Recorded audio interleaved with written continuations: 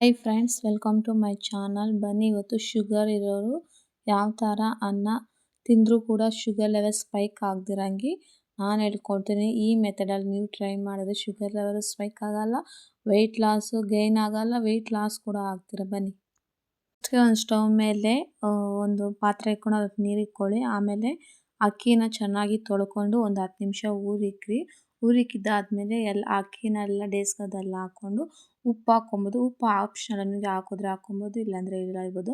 ಆಮೇಲೆ ಅರ್ಧ ಬೆಂದಮೇಲೆ ಪ್ಯೂರ್ ಕೊಬ್ಬರಿ ಎಣ್ಣೆ ಆಗಬೇಕು. ಕೊಬ್ಬರಿ ಎಣ್ಣೆ ಯಾಕೆ ಆಗಬೇಕಂದ್ರೆ ಅದರಲ್ಲಿರೋ ಕಾರ್ಬೋಹೈಡ್ರೇಟ್ ಎಲ್ಲ ಅದು ಕಮ್ಮಿ ಮಾಡುತ್ತೆ, ಅದಕ್ಕೋಸ್ಕರ ಕೊಬ್ಬರಿ ಎಣ್ಣೆ ಆಗಬೇಕು.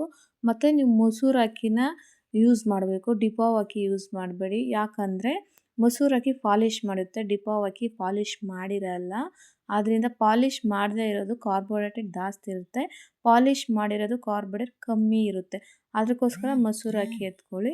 ಆಮೇಲೆ ನೀರನ್ನ ಜಾಸ್ತಿ ಇಕ್ಕಿ, ಅನ್ನ ಬೇಯುವಾಗ ನೀರು ಜಾಸ್ತಿ ಇಕ್ಕೊಂಡು ಅನ್ನನ ಮೆತ್ತಗೆ ಬೇಯಿಸ್ಕೊಬೇಕು, ಉದ್ರಾಗಿ ಬೇಯಿಸ್ಕೊಬಾರ್ದು. ಯಾಕಂದ್ರೆ ಮೆತ್ತಗೆ ಬೇಯಿಸ್ಕೊಂಡ್ರೆ ಬೇಗ ಜೀರ್ಣನೂ ಆಗುತ್ತೆ, ಬೇಗ ಶುಗರ್ ಲೆವೆಲ್ ಸ್ಪೈಕು ಆಗೋದಿಲ್ಲ.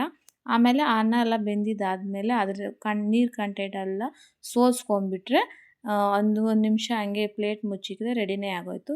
ಇವಾಗ ಬನ್ನಿ ಯಾವ ಥರ ತಿನ್ನೋದನ್ನು ಹೇಳ್ಕೊಡ್ತೀನಿ ಶುಗರ್ ಲೆವೆಲ್ ಸ್ಪೈಕ್ ಆಗದಿರಂಗೆ. ಫಸ್ಟ್ಗೆ ಸಲಾಡ್ ಇಕ್ಕೊಳ್ಳಿ, ಕ್ಯಾರೆಟ್ ಆಗಲಿ ಇಲ್ಲಾಂದರೆ ಸೌತೆಕಾಯಿ ಇಕ್ಕೊಳ್ಳಿ. ಆಮೇಲೆ ಪ್ರೋಟೀನ್ಗೋಸ್ಕರ ಪಲ್ಯಗಳಾಗಲಿ, ನಾನಿಲ್ಲಿ ಪ್ರೋಟೀನ್ಗೋಸ್ಕರ 2 ಮೊಟ್ಟೆ ಇಕ್ಕೊಂಡಿದ್ದೀನಿ.